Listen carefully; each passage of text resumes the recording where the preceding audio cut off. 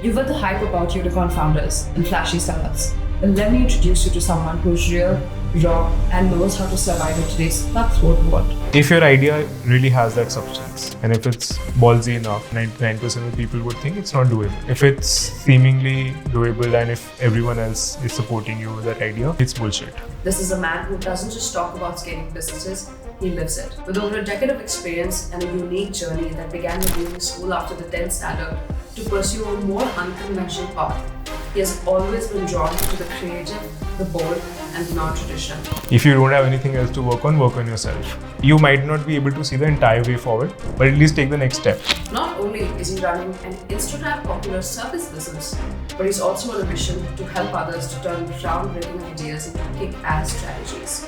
My name is Devika Khandelwal, and this is Meet the Best of this Journey podcast with my dearest, closest, and widest friend, Vibhoar.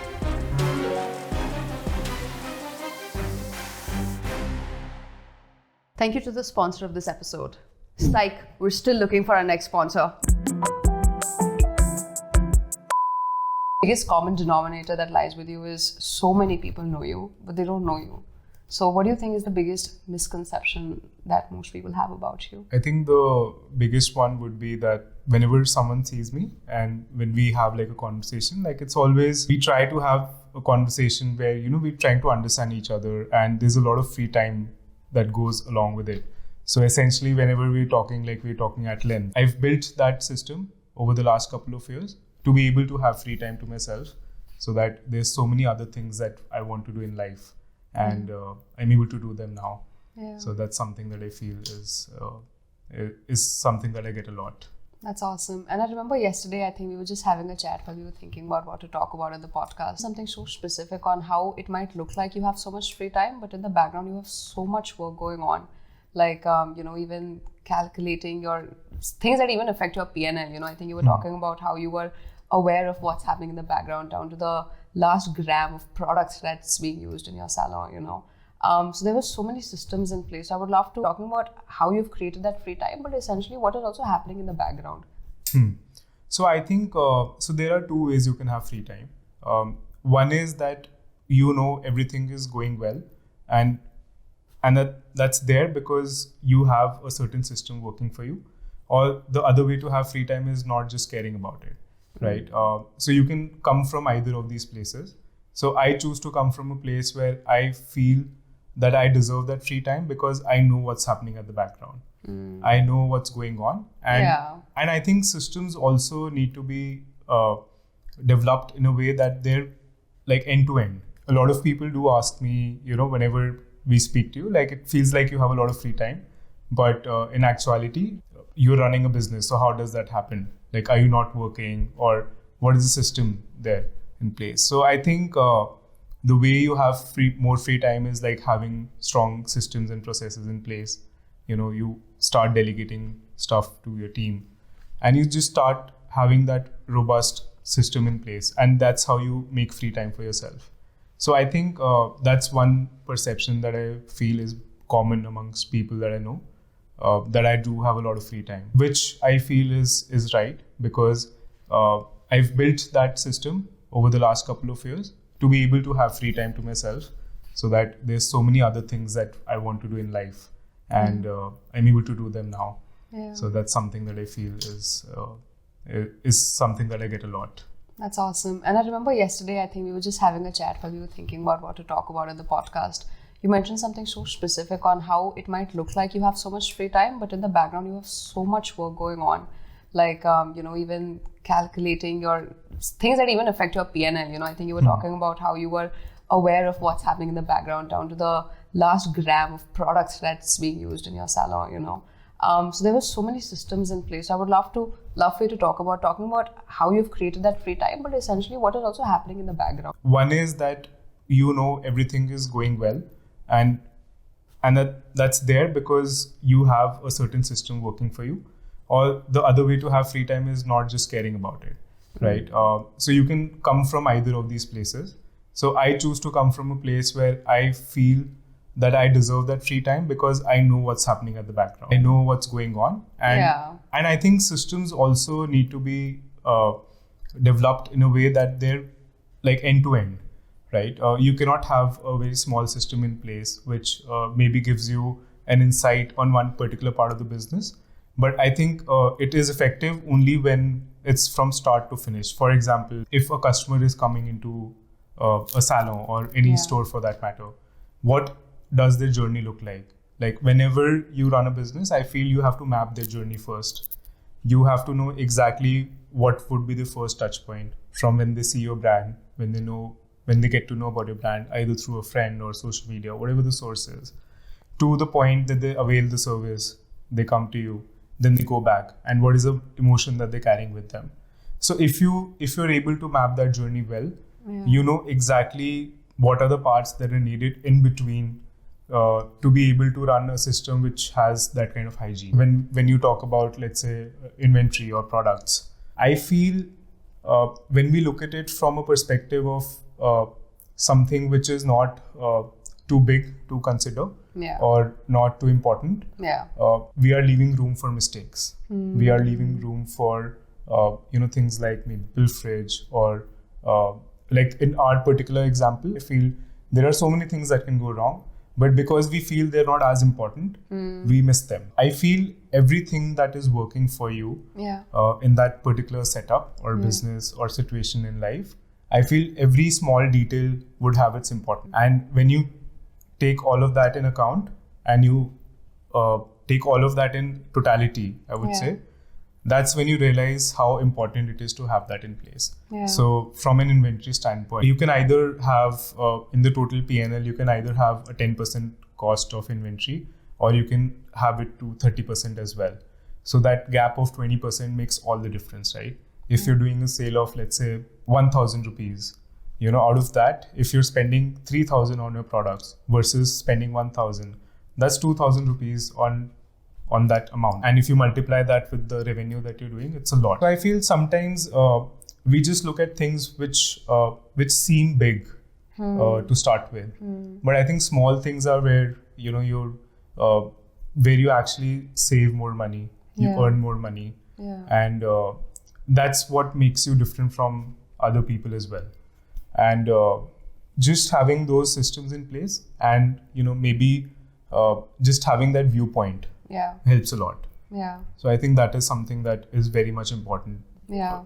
If you run a small business with just one brick and mortar shop, or you run a company with 1,000 people, right? It's the same. Like having that attention to detail is very much important. And that would complete your entire experience. So from a consumer facing standpoint, or your team members or your stakeholders, all of them need to be happy in a system, right? And to make all of them happy, you need to give them certain visibility. And that visibility comes from these systems. I love that. So I think that's why I feel it's so important. Yeah, because I feel like people would hear about you having free time and they immediately associate it with taking it easy or not putting in the hard work. Versus when I heard about you having free time, but on the contrary, there's so much happening in the background that no wonder you enjoy that free time. You're not getting anxious in that free time, right? I would love for you to just shed a little bit light in such a very interesting fact you told me, yesterday, in realistic numbers. Where an average salon probably does a profit of about 15 to 20% versus you guys manage to do a profit of about 30%. Let's talk about somebody who has free time and what is it they're doing in the background. I would love for you to talk about a practical example that kind of led you to that, doing 30% more in profits than other people, coming down to your attention of detail, how you've created that. Sure. So I would take an example of any regular shop for that matter, not just a salon. Let's say you have certain costs which are your fixed costs, right, in the P&L. So that's something that you don't really have a lot of control over. Although these are gaps that can be filled, which we'll obviously come to later. Like you have a rental cost of the property or a real estate cost. Then you have an HR cost, then electricity, maintenance. So there are a lot of these major heads, right? So these are the heads where most of the people are spending their time to control them. For example, a person would choose a location for their business which is not as impressive, just because they want to save that cost, 100%. Right? On the other hand, for that matter, like you could probably go for a much more expensive place, which attracts more customers, but having attention to detail on the smaller expenses could probably, balance it out, right? so when it comes to a P&L point of view, every business would have a different P&L, and you have set industry standards. So when I look at my industry in particular, a salon nowadays in tier 1 cities would maintain a profitability of about 15 to 18%. That's what the industry standard says, and that's something that I heard for the first time, and I said absolutely bullshit. Because if you're spending so much time, energy, money on something, and you're ultimately left with 15% of profit, I don't think it's worth it. Yeah. So then we try to identify what are the gaps here.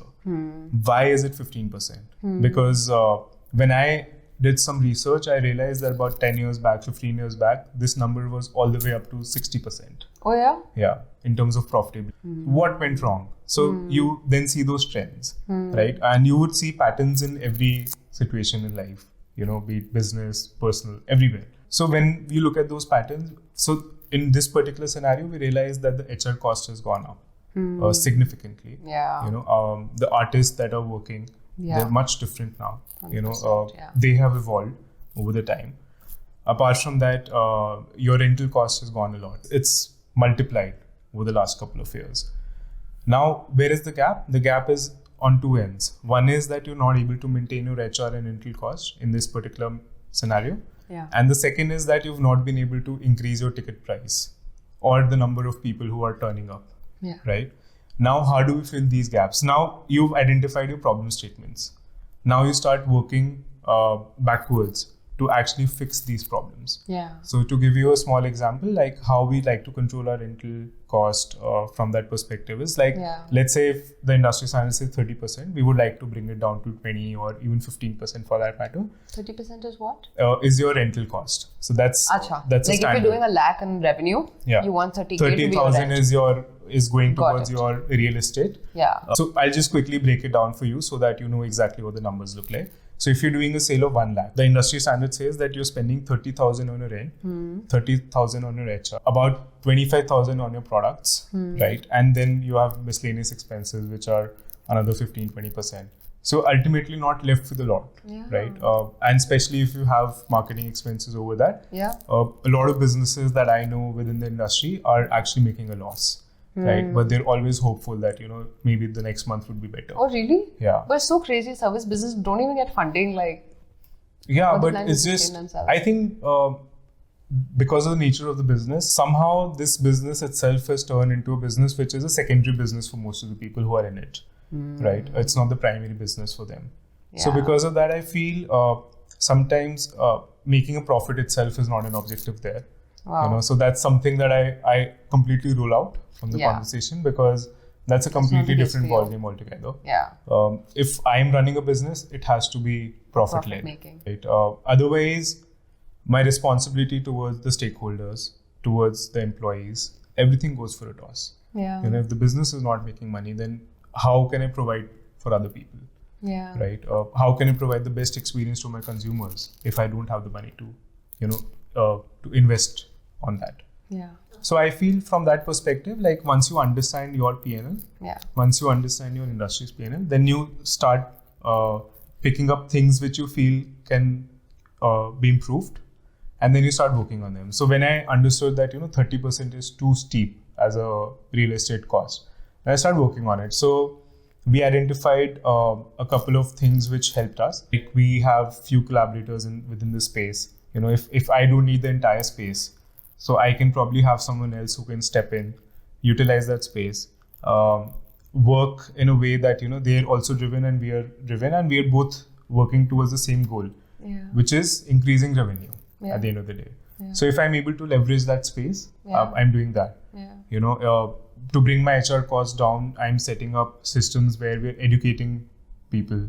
We are creating new talent every day, rather than just poaching. So the easy way out is just you poach people. High quality talent. Yeah, high quality talent, and sometimes it does work in your favor. But again, it's different for different people, right? Different things work for different people. So for us, I did not want to invest my money in just hiring expensive people.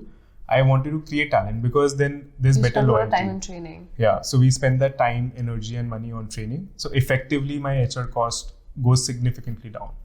So none of the team members that we have within our team are poached from any other salon, right? They could be working in a different, smaller setup before in a different area altogether.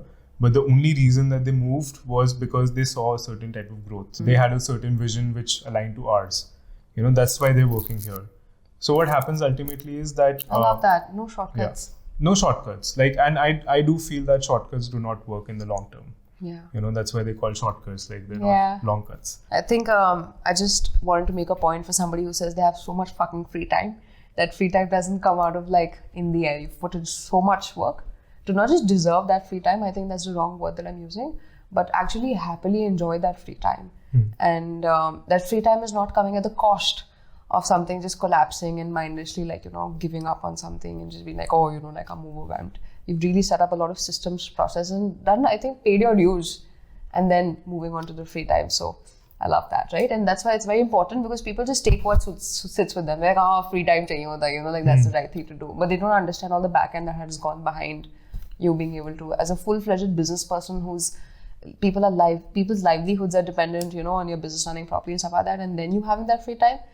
I think people don't understand the level of pressure it takes for you to get to that point, right? So I think that's really fascinating. But also one thing that I would like to add here is that free time is also something that is very much internal, in the sense that you could be free all day and feel busy, right? Just because your mind is somewhere else, or you're just thinking about work, not doing it actually. And that's something that I've found myself in as a situation many times in life. And that's when I realized that, maybe free time also is something which is more like a mindset. Like having actually free time, that's one thing. Completely switching off? Yeah. And completely switching off and just being away from things. Yeah. But at the same time, also being in that, let's just call it chaos. Being in the chaos and feeling that you have a lot of free time, that also I feel is a game changer. Because there are things which you'll have to do every day.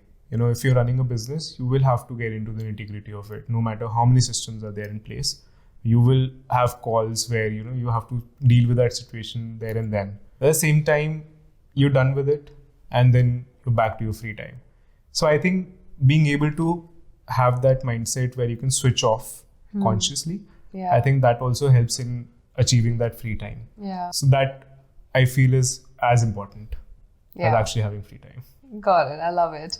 Moving on to the next question, which is, talk about something that you went through, which is extremely hard, and you were not sure you were going to get out of it. Give a practical experience as to what happened and what happened after. So when I was 16 years old, I joined my business, and since then that's something that I've been doing, and it sort of became a part of my identity, right? Running a business, running these salons for that matter, but in particular. And there was a time when, many businesses go through a tough time. And there was a time when the entire business came to a standstill. There was a lawsuit happening. There were financial troubles. How old were you at this point? I was around 20, right? 4 years after I joined business. Yeah. So that was the time when I believed that I had a certain plan set for my life, and there was a plan in action. Everything was working out. And then suddenly you realize that it's all gone.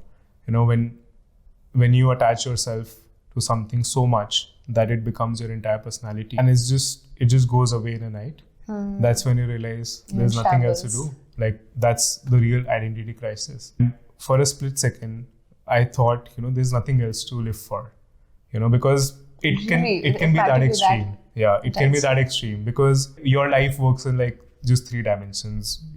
You and your health, which includes your mental health, physical health, all of that, your relationships and your career. Ultimately, your monetary part, all of it just comes in these 3 segments, and all 3 are as important, right? Sometimes we believe it or not, but all 3 are important, because you can't do without relationships in life, you can't do without your health, and you can't do without your career. If anyone goes for a toss, then your entire, you feel that change in all of the things that you're doing, because your mindset is such. So in that moment, I didn't have anything else to do. I did not know anything else apart from the business that I was running. So for me, it was almost like a moment where I could not see the path forward. And that was the only time in my life where I realized that, this is not working out like this. Even after rebuilding all of it or going through all of that struggle, is it worth it? is this going to define everything that I do in life? That's when I realized that it's not. Whenever you hit the rock bottom, there will always be something, like as cliche as it sound, like there's only one way to go up, right? When you hit the rock bottom. But I experienced that and I realized that it's actually so true, because no matter what situation you're put in, you will find a way out. In that moment, I could not rebuild my business, but I had other things to do. I was passionate about, let's say, marketing other brands or branding them, or like providing strategies to them. Because of my failures and my learnings, I was able to help other people, right? But how do you take that loss so on you? Because you're still 20 years old. Didn't you feel like you have your family to fall back on, that, hey, let the adults figure it out when you're 20 years old? Like, how did you take it so personally on you? What was that mindset where you felt like, if I can't rebuild it, like, I don't know what's next? For me, it was as simple as just taking accountability for it, because somehow I always felt that if I'm taking some decisions in business, if I'm calling the shots as well, along with my family for that matter, then I am equally responsible for everything that happens. Mm-hmm. And waiting for someone else or waiting for other people to come help you is not going to take you anywhere, right? You have to stand up and you have to say, in this moment, this is what I want to do and this is what will take me forward. And you might not be able to see the entire way forward, but at least take the next step. When I found myself in that moment, I did not even know what to do, in the sense of, what work I'll be doing, how I will make more money, or how I'll make any money for that matter. So the salon is shut at this point? Yeah, the salons were shut at this point. The you entire wake business up in the morning and you don't know what to do, where to go. Complete identity crisis, because I don't have anywhere to go. I don't know how to spend my day. And there is an added pressure of, that maybe it's self-induced, but that responsibility of, rebuilding everything, making sure that, it's like you're used to a certain lifestyle and getting back to that. All of those things were happening and in the background. But in that moment, what I realized was that it was not making me very unhappy, because I was finding happiness in small moments even back then. So I realized that maybe this whole idea of, having that identity crisis or going through it or attaching myself to that brand and, or a business or a label will help me go forward. That belief got broken in that moment because I did many things. So in that, in that span of 1.5, 2 years, or whatever hardships were there. This was also the time when COVID had just hit. So whatever I was doing, it was just, it was almost like I was trying one thing which was not working out, then the second thing, then the third thing. But you were 20 at this point. Isn't this like years and years ago, and COVID happened probably 4-5 years ago? Yeah, so essentially that entire period had stretched to a point where, whatever I was doing, it was not really working out. And then COVID hit and it hit right on the nail. Everything came to a standstill. So by this time, I was working with businesses and helping them market and brand themselves. So I was working as a brand strategist. How long was this period when the business was just like not picking up? This was about 3 to 4 years. So 3 to 4 years, I essentially had no label to myself. This is what I do. And for those 3 to 4 years, I was just doing whatever I felt like doing in that moment. And most of the time was actually going to self-development. Because in that time, I realized if you don't have anything else to do, like I read this very recently, but in that moment, I experienced it. If you don't have anything else to work on yourself. So I felt that it was giving me some meaning to my life, because if nothing else was seeming meaningful at that time, at least if I add something to my personality, to my intellect, to something, right, which is not being taken away from me, because that fear was also instilled. That if I work on something, it will be taken away. So every challenge, everything comes with its own sort of, experiences that stick with you, right? Yeah. So the only thing that nobody could ever take from me was, myself, my mind, my thought, my mindset. Yeah. And that's what I started working on. Yeah. And I think that's one beautiful journey that I embarked on. I don't see myself, ever going off that track, because I know that's something that will always be with me. Yeah. And everything else that I've built over the time or will build in the future will be a part of that. Yeah. So again, like in that moment, from one moment to another, it was all just working out. And then you ultimately have a vision, and then you just keep working on it. Then one fine day you will end up getting those opportunities, and then everything will just work out. Yeah, you feel like that phase of self-development that you went through eventually helped you pick your business back up after the 3, 4, 5 years when it did? Yeah, 100%.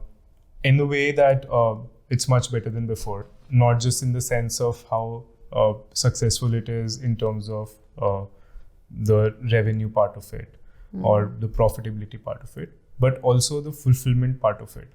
Because when I was running the business with less intention and more action, I found myself being stuck in a lot of things which I didn't enjoy doing. Yeah.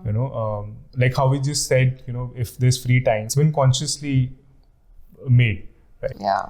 But earlier when I would look at the business before the setback, I think it was just something which was just working and you just go along with it. And there's little room for, like changing things because things are already working for you. But then when I was put in that pressure situation, and when I started rebuilding things, then I was sure that, if I have nothing to lose, and if I'm anyways rebuilding everything from scratch, then might as well do it my way. Even if it's, what the worst that could happen, it will not get built. Yeah. But you're now accustomed to the life that you have. Absolutely. So I think that fear of, losing everything is what is holding you back. Yeah. You're not experimental enough. So right now, because of that experience, I can say that I've sort of become more experimental. Yeah. So I can do things which might or might not work in my favor, but at least I'll have the courage to do them. And, more often than not, they work out in your favor. I've realized, because anything can work out in your favor if you really believe in it, right? You can turn the entire world against something or with something if you have the conviction to do it. Yeah. And that's what I've realized. My business, particularly before that setback and after that setback, is poles apart. Like it's not even like close. And because we became unapologetically ourselves, in the sense that this is what we believe in, regardless 100%. Of what other people are doing. Yeah. We also were able to bring about that influence. Right? So now there are people who are following a similar model, or they're also making those improvements or changes in the business. And because of this change, I think not just this particular business, but any business can be changed. And that's how you see these new age brands coming about. That's how you see different visions coming into the picture. Yeah. That's how people are becoming so successful in a very short span of time. Yeah. Because they have the courage to do things differently. Yeah.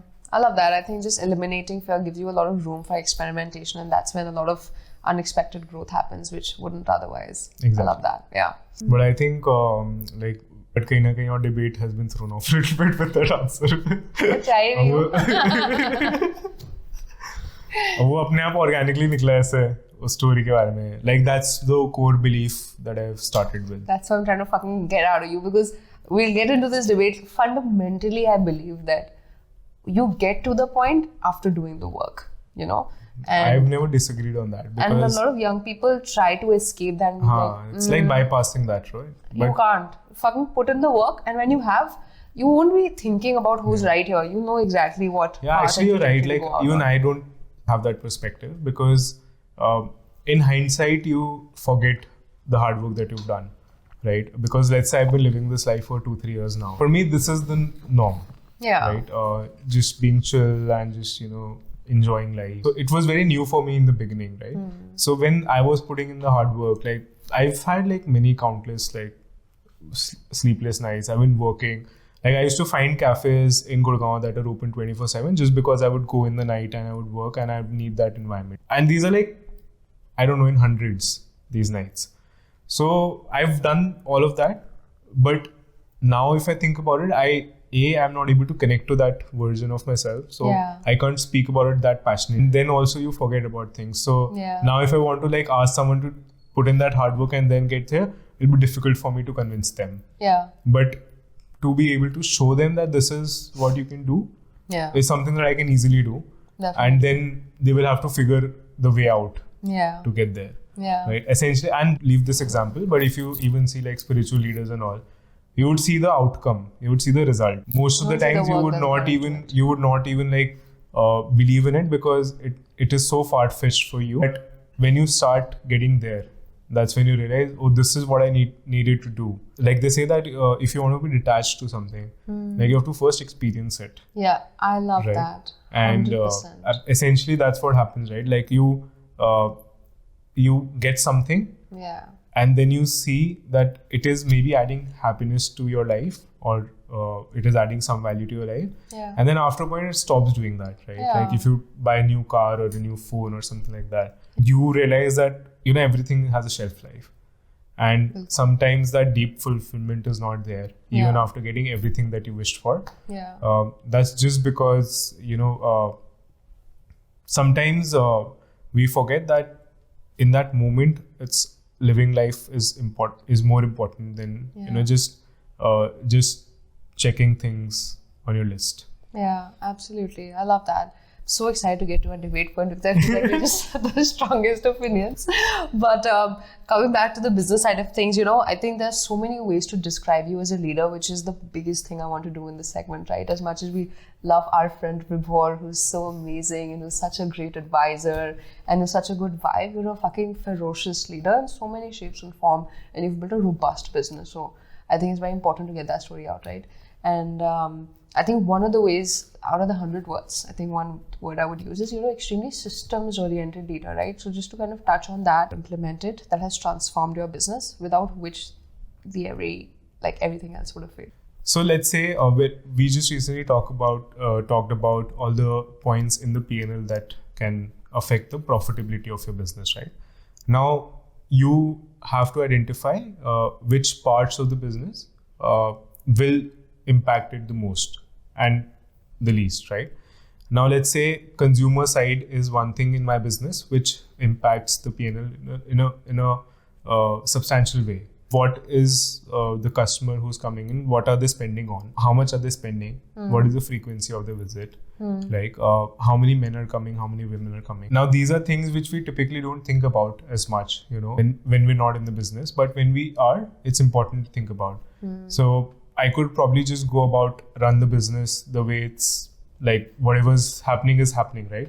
I'm doing the marketing, I'm doing all of that. Standard stuff. Yeah, standard stuff. I'm doing all of that and I'm enjoying the results of it. But at the same time, if I deep dive into the data side of it, I realize that there's so much more to be done. Each time I dive into that data, I realize that I can do better. And that insight is very important for the business. And it's so undervalued in small businesses particularly. Yeah. Right? I feel when you have like a robust engine, when there's a team in place, it's easy to like look into data and maybe running a tech business, that's imperative, right? But I feel it's imperative everywhere.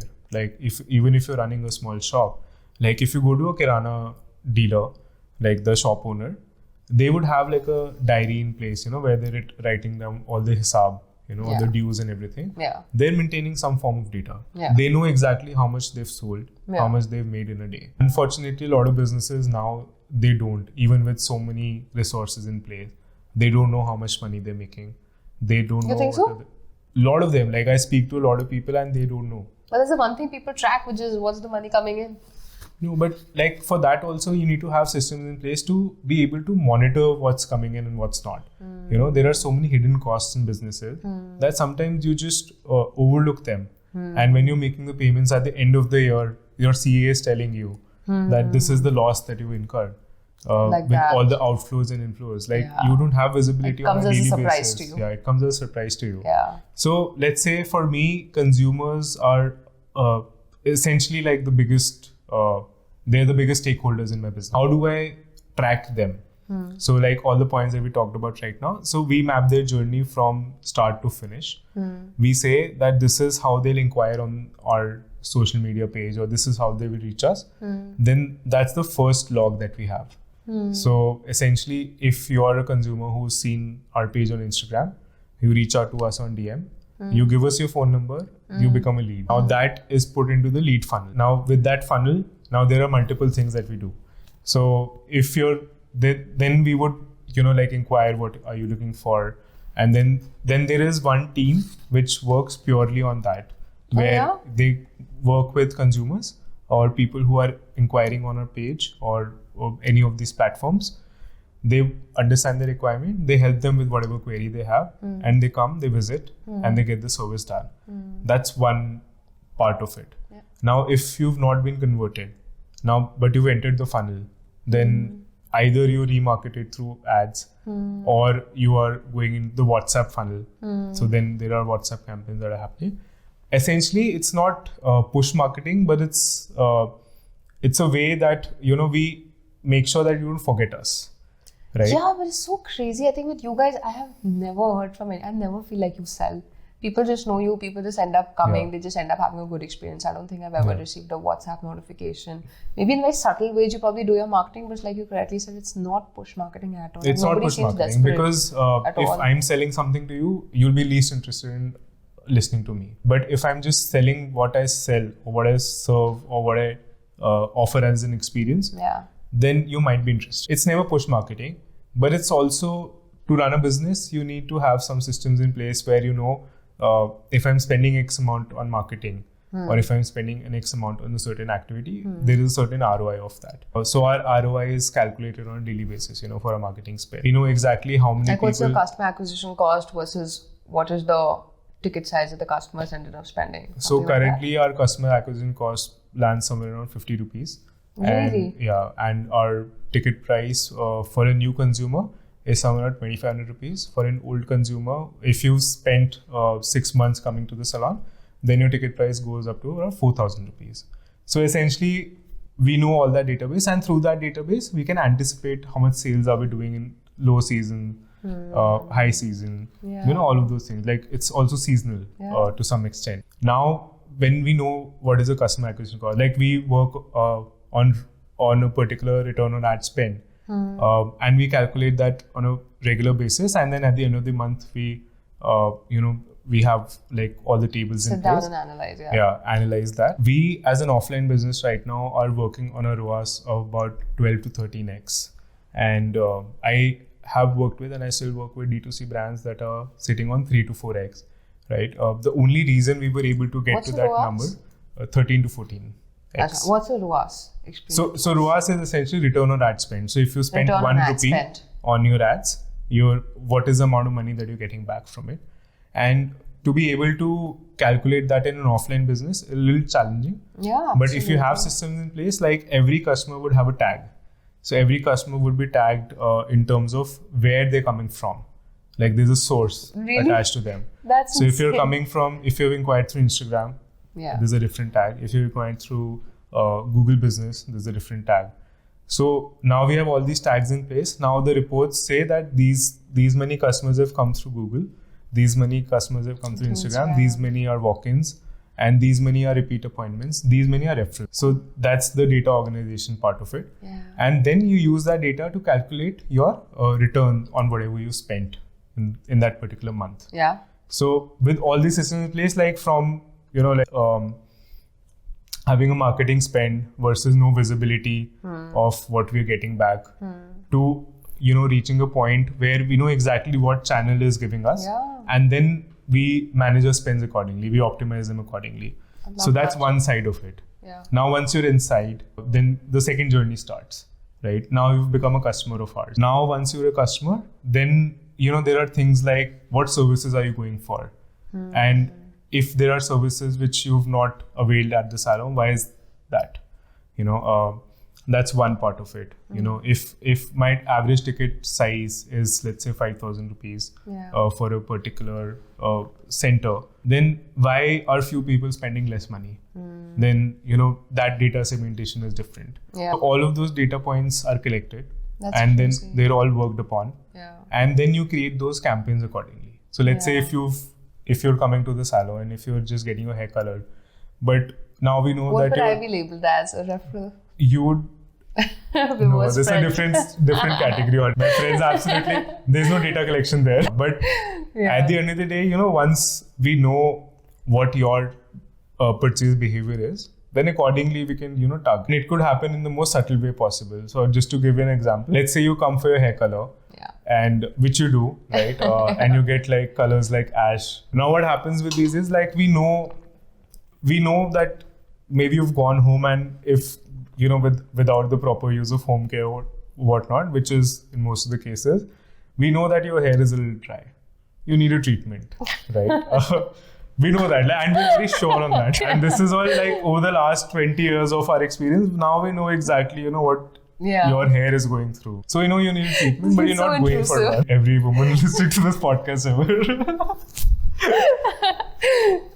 So now you've gone for a nice looking hair color, but you've not gotten any treatment done. Now the chances are either you don't get treatments at all, or you're probably going to some other salon. Then in your next visit, the manager will very subtle manner ask you, if you're like taking care of your hair, if you're going for treatments and all, you might convert into something, you might get a treatment done. So this happens in a very subtle manner. Or maybe we could, you could receive like a WhatsApp blast from us, saying that we're having a certain offer on treatments. You might go for it. Again, like not trying to be pushy, but maintaining that balance, or also not crossing that line. That's something that is important for business to take care of, because I've also realized that with all these tools being available to businesses, they are not using them in the right way. It's not about ethics, like just like pestering people with a lot of messages. It's not unethical, but it's just not wise. Mindful and right. It's not wise for a business. Like you can't really run after someone to sell a service, right? If they really believe in your product, if they really believe in your service, they will come to you. Yeah. Sometimes you just have to be a little smart and maybe suggest the better thing that they can go for. 100%. Right? And that is not possible without having those systems in place. If I don't have that visibility, how will I target people? Right? Then it's almost like I'm depending on all the external circumstances in the world, and I'm just hoping for a good day, or a good month, or a good year. I think that's most people. Like what you just said is so accurate. So that's not something that you have to do. Like if you want to have free time, if you want to have, if you want to have like a life where you feel that you've done enough in your business, and it, to the best of your capability, you need to have absolutely 100% visibility of what's happening and full control over it. So now coming to the last part of it, from a consumer standpoint, maybe the feedback system of it. Every consumer who comes in, they're sent like a Google review link so that they can go and share their experience online. There are managers who follow up on feedbacks. So see, I also believe that this is something which you can't have full control over. Like sometimes things go wrong. Sometimes people have bad days, right? But if you care as a business, then people will stick around. They will give you another chance. And that truly happens. Like we've seen in all our circumstances, like in all likelihood, if you're running a business like this, you will get customers who are not pleased by what you do. Yeah. But the way you handle them, the way you listen, it matters the most at that time, right?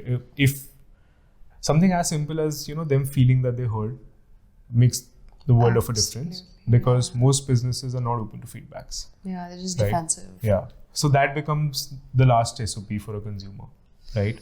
Now, once you have all of that in place, your customer loyalty goes up, your ticket price goes up, your referrals go up, right? All of that works in your favor now. Now your customers have become your brand ambassadors, and even if you're like collaborating with people who are coming as creators to promote your business, they become connected to you, right? And that's something that we've felt over the last few years, right? Because that's the best way to market your business. Like people genuinely talking good things about it. Yeah. Right. So that's like word of mouth for you. Yeah. But that word of mouth is not accident. Yeah, that word of mouth has all these systems behind 100%. That. I love it. Love it so much. I think I feel like genuinely I've learned something so significant because it's so practical. Just your line of 100% visibility impacted me so much, because I think there's so much fear about money. There's so much fear about, is my business not doing well? Sometimes you consciously it's easier to not have the full picture. It takes a lot of hard work and effort. And it's funny in a service-oriented business versus you'll always hear people tracking metrics in a tech business, like users, retention, blah, blah, blah, blah, blah, blah. But I think for you to track, you can only control what you can measure. Right? And for you to have, the reason even you have so much visibility is because you've set up those systems and process to measure those metrics that give you the visibility. Because you have the visibility, you have the freedom to kind of control them, and because you have the freedom to control them, you control the narrative, and which I love. There's no coincidence of why people feel the way they feel about your business, and there's no coincidence that you have so much free time versus you're building a robust business on the side. So I think the takeaway for the systems oriented thing is just that data tracking, metrics, irrespective of which business you are in, and you owe it to yourself, and it's a big responsibility to have 100% visibility on your business. Yeah, and just like one small thing to add, like just not falling for trends, because even when we talk about data, we talk about all these systems being in place. A lot of times, we see podcasts of people who are like very intellectual, Not us. not us, and then we take away things from them. But sometimes they just don't work for your business. Like it doesn't make sense.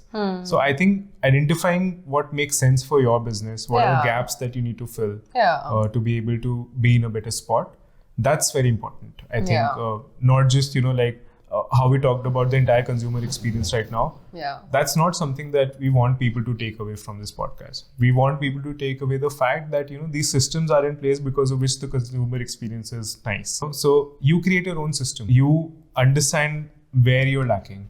Yeah. Like something as simple as just going to 5 people in your business and asking them what is wrong. Why are we making this much? Why can't we make more?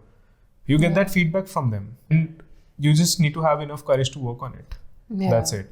So like understanding what works for you and then working on it. Yeah. I love that. Just piggybacking off of that, practical advices for 2 people. One is somebody who's on a journey to go from 0 to 1, because you've been there in your rebuilding stage. And the next one would be advice for people who are on that 1 to 10 journey, which is scaling up. So that's 0 to 1 and scaling up, 2 practical advices for these 2 personas. I think the most practical advice for someone who's starting out, to first understand that this is a time where more than other people, you rely on yourself, right? Because now this is a time where you're most probably in your ideation stage. And I believe something very strongly, which I've experienced firsthand, is that if your idea is good enough, most people are not on board with that, right? Most people will think they're it's not bullshit. on board with that. No, not at all. If your idea really has that substance, and if it's ballsy enough, if it's good enough for you, 90% of the people or 99% of the people would think it's not doable, right? If it's seemingly doable and if everyone else is supporting you with that idea, most likely it's bullshit, right? It's not substantial enough. Yeah. So I feel that is one stage where you have to gather all the courage that you have inside you and say, this is what I'm going to do. And this is something that I built by myself. Yeah. No matter how many people are on board. Yeah. More people on board, better. You'll be lucky if your family is on board, because that's like a support system that is very valuable to all of us. Yeah. It matters a lot. But at the same time, don't rely on anything. You know what vision you have in your head, just work on it and just keep working on it. No matter how many times you fail, just keep working on it. Because if deep within you feel that it makes sense, and if there's something good coming out of it at the end of the tunnel, any amount of number of years, any amount of time, it's worth it, right? Because at the end of the day, you will feel fulfilled with that coming into action. So from 0 to 1 journey is all about self-belief, I feel. I love right? that. And that is the most practical thing ever, because without that, taking that first step itself would be difficult, right? And it's mostly taking that first step. See, when you want to incorporate a new company, what all do you need? You need a license, you need a GST registration. These are like simple things, right? You need clients, you need employees, whatever your business requires. These are all things that people can help you with. These are like small things which can, like everything will come into the picture at the end of the day. But if you don't have that self-belief to take that first step, nobody else will be on board in the first place. Nobody else will be able to see that vision that you're seeing, because you are not convinced yourself. So I think 0 to 1 is that. And this is one place where it's just you. And then from 1 to whatever number, 100,000, 10,000, 1 million, it's all about other people. I think that's something that I've realized, that like we discussed free time.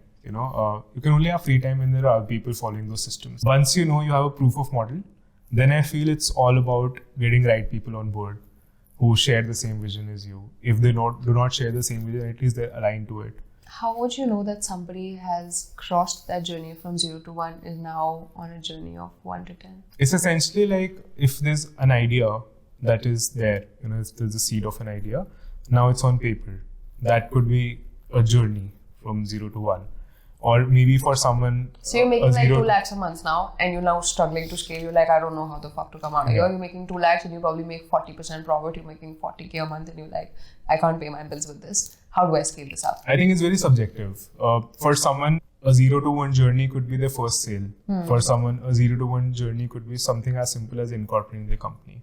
Really? Wouldn't you think 0 to 1 is just the business actually start getting some revenue in, start actually servicing, see if there are any feedback loops? If you're building a tech business, it takes 10 years to get the revenue in.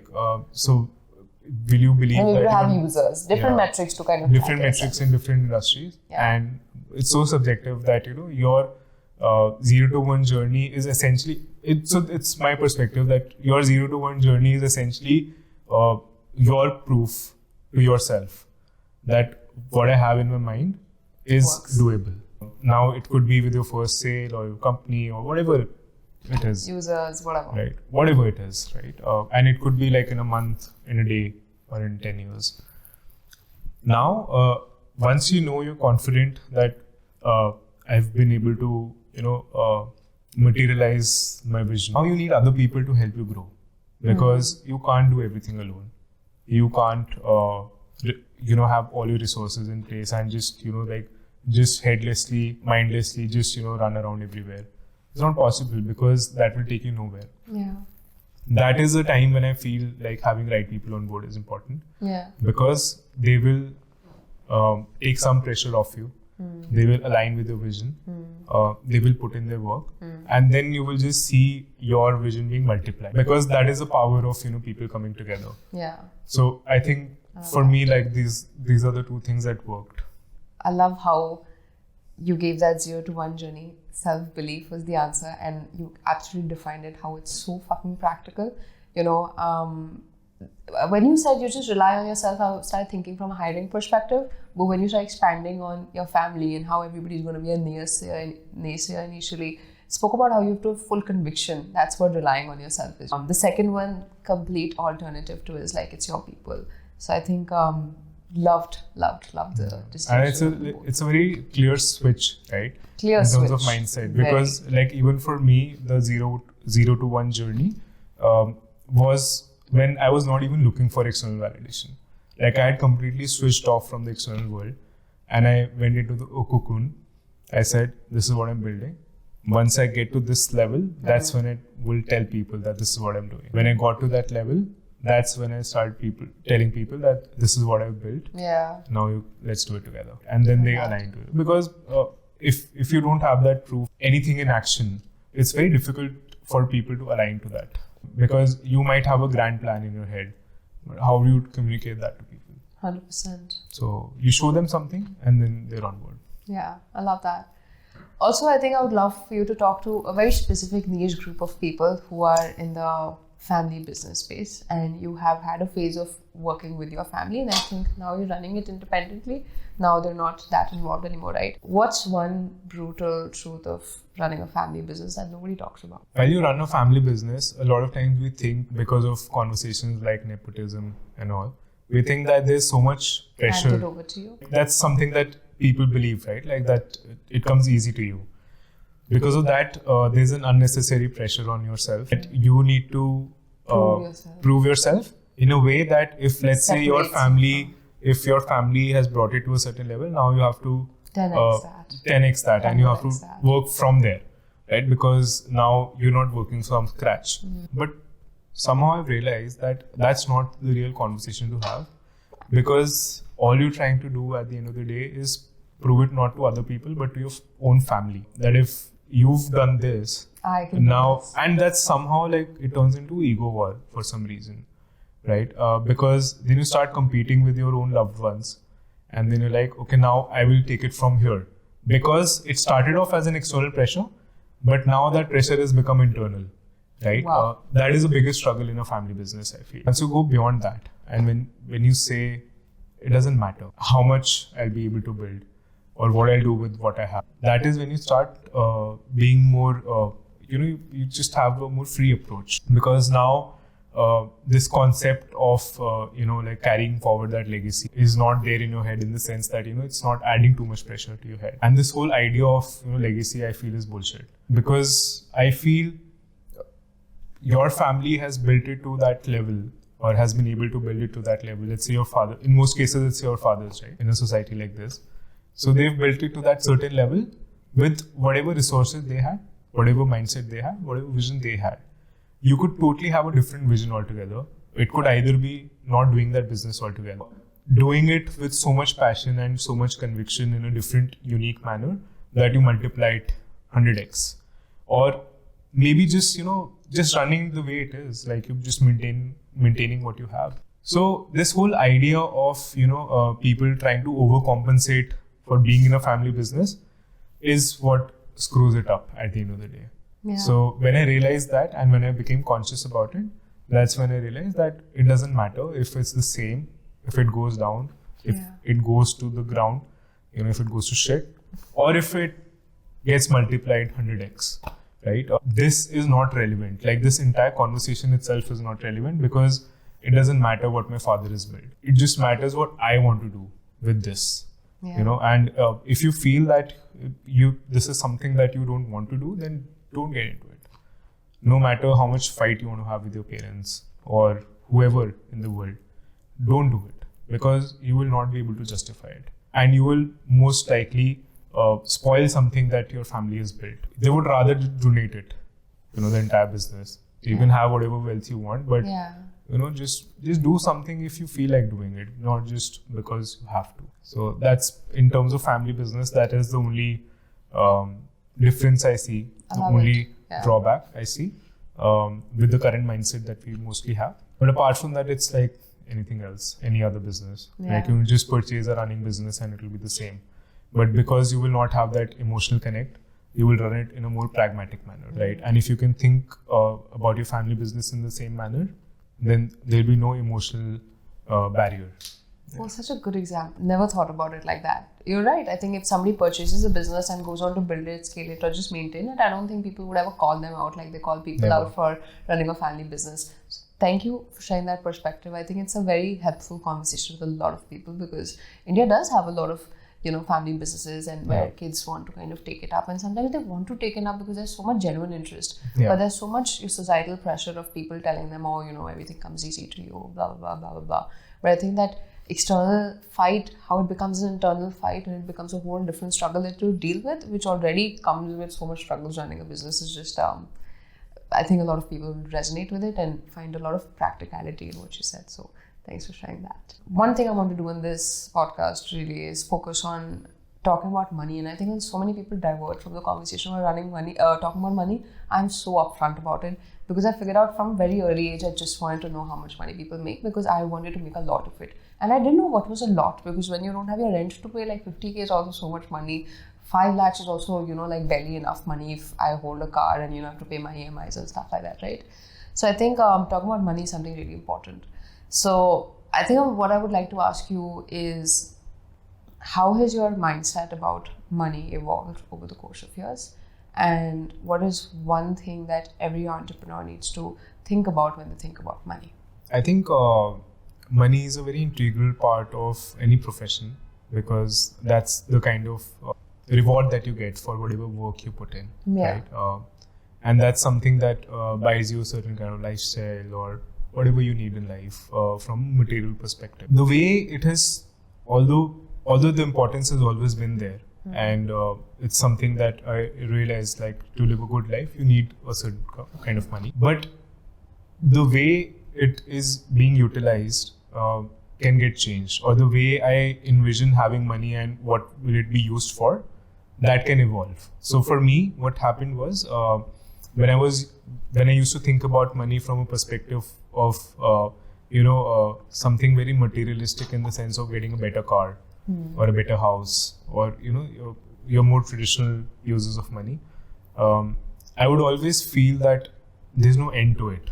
Yeah. There is somewhat, there's always more money to be made. Like even if I set a goal on, making 500 crores next year, the next year it will increase, which is not a bad thing. But at the same time, I realize that maybe it does not work for me because I have a need of, being comfortable in a spot where I feel that, okay, I've done enough, right? I always had that need.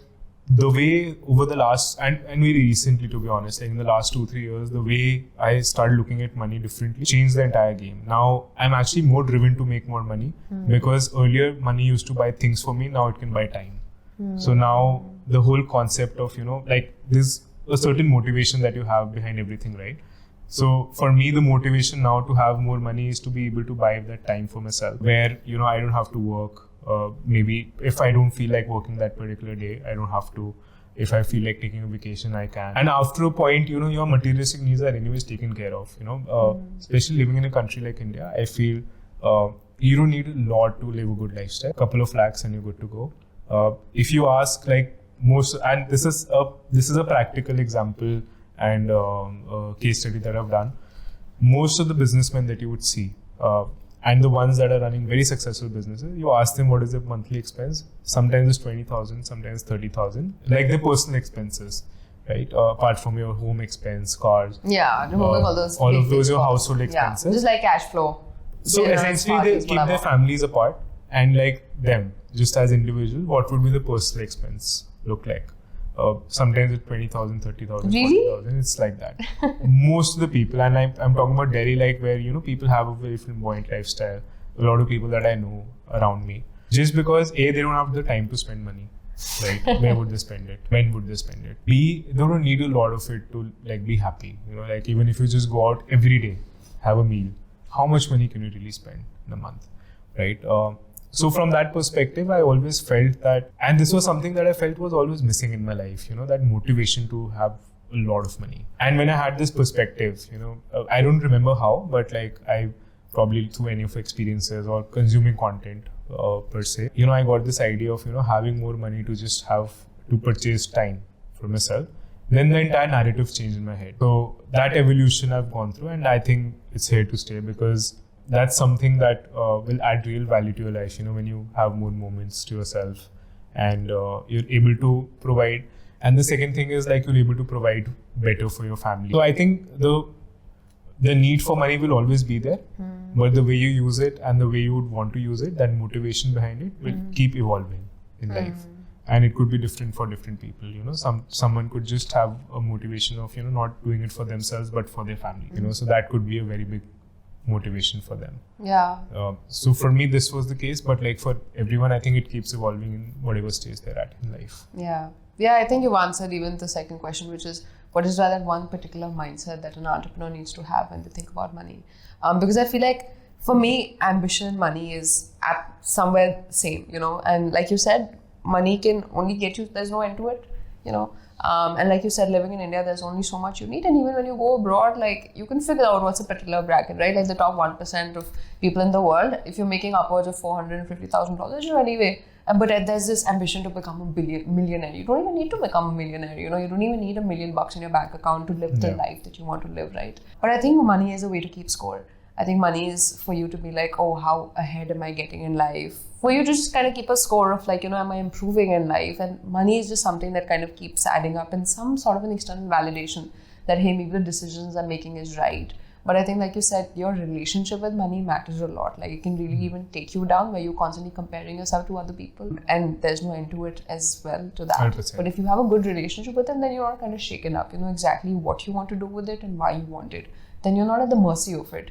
You kind of look at it from a place of strength. You have that control over it, right? In the sense that there is need for money and you would want more money. But at the same time, while you're getting there, you're not completely dissatisfied with yourself. Yeah. And you don't like beat yourself so much that, I'll only feel successful when I get to that milestone. So that journey also sometimes matters a lot. Yeah. So I feel that's like a healthy relationship with money would look like something like, like whatever money I have, it's good. And then let's add more to it. Yeah. Right? A healthy relationship will never come from a place of, I don't have anything. From a place of lack. From place of lack, where I don't have anything, I just want some of it. Yeah. Like, that's not a healthy relationship with money. Yeah. So that's and it's, as you said, like, it's a very thin line. As soon as you understand the difference, you just start working on it. Yeah, you can work it in your favor rather than being played by it. Like they say, money makes the world go round, right? Yeah. So I think not being one of them.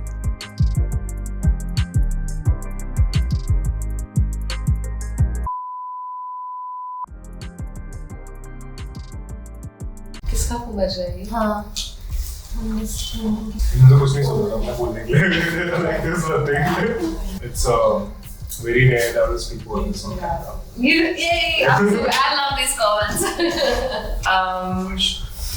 What happened? Are you gonna sneeze? Do it. I stopped forcing you.